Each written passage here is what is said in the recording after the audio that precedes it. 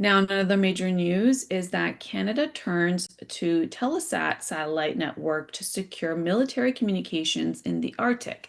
This is another strategy when it comes to supporting Canadian businesses for Canadian contracts.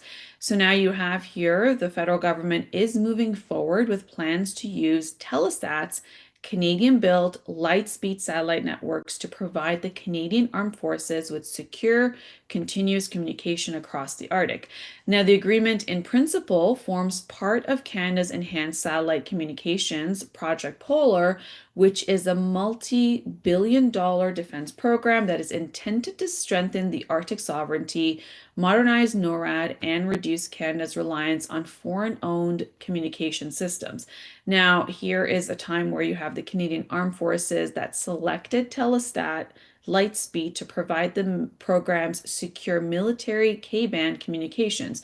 Now, this coverage is expected to extend from 65 degrees north to the North Pole, and the system will connect troops, aircrafts, ships, command centers, and other military assets operating remote in northern regions. Now, the project will include satellite capacity, military terminals, ground infrastructure, as well as network control systems, and as well as training and technical support. Now, this initial $2.92 million contract was previously awarded to engineering and options analysis, but Telesat says that global lightspeed service remains scheduled to begin the first quarter of 2028.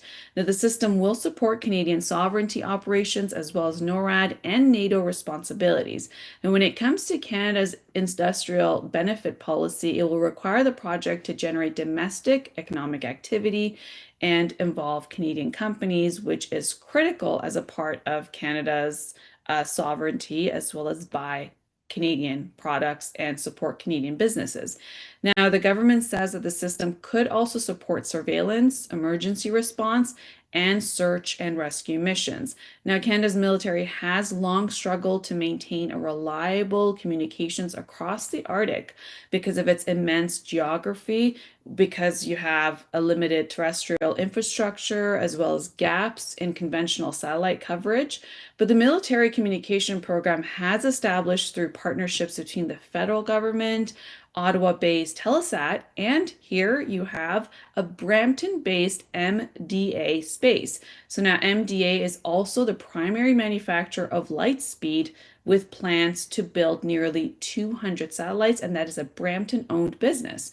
Now, the satellite project complements Canada's other Arctic investments, including more than $6 billion for Arctic over the Horizon Radar program. There's also $32 billion for northern military bases and forward operating locations. Now, the new operational support hubs, as well as airport improvements, that's a specific part of it, as well as icebreakers, surveillance aircrafts, submarines, and expanded year-round military operations. So now using Canadian companies for sovereign military communication networks is strategically sound.